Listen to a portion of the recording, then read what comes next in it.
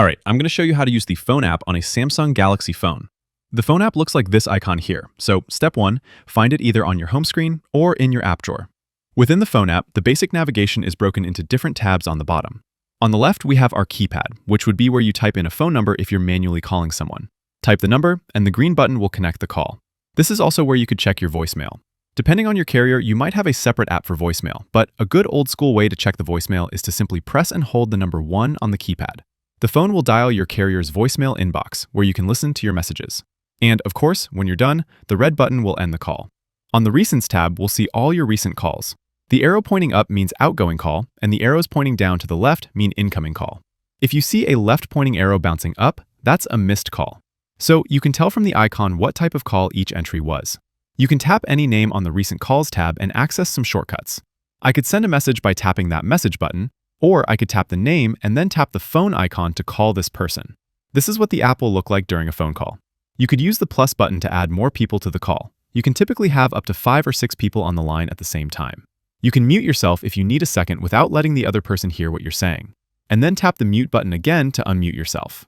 The Bluetooth button would allow you to connect to a Bluetooth device, Bluetooth speaker, headset, that type of stuff. The speaker button will play the call through your phone's speakers instead of the earpiece, which is a great option if you can't hold the phone to your ear while talking. The keypad, pretty self-explanatory. If you come across menus where they ask you to press a number to reach a specific department, the keypad button is what you'd use in those situations. Under the 3 dots, you'll see more options. You can record the phone call, you could put the call on a hold, do an RTT call, etc.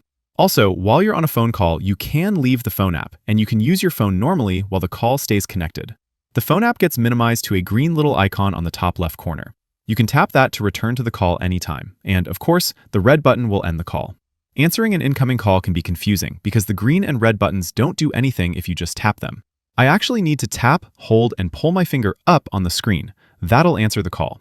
Same thing to decline a call. Tap, hold, and pull up, and then release. It's a little confusing, but it's designed to avoid any accidental taps when your phone is ringing.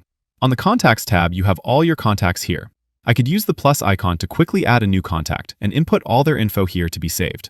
And as you can see, you can add some of your contacts to the favorites list, which will go on the very top of your app here. To do that, you'll pick a contact, tap their name, and then press the little info button. This is the info page for this contact, and here I could edit their info, share it, or add the person to my favorites by tapping the star button.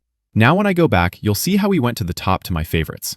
It's a nice way to handpick and highlight your most important contacts and put them on the top so they're always easy to find. And the last, kind of a hidden option here in the phone app, regardless of what TAN you are on, you can tap these 3 dots up here, and it opens some extra options for you. Now, these options will change depending on what page you are on. For example, on the keypad page, I get speed dial options and things like that, whereas if I go to the contacts page, there's different options here for reordering favorites and other extra settings related to contacts.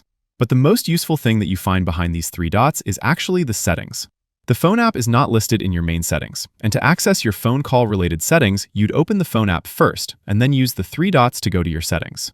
And here's where you would access additional settings for your phone app. You could turn on caller ID and spam protection. You could turn on Wi-Fi calling. You could control your voicemail settings through here, call recording, stuff like that. So if you need settings regarding your phone app, just tap the 3 dots and then go to settings. And that's the phone app on your Samsung Galaxy. Thanks for watching. Subscribe for more, and I'll see you next time.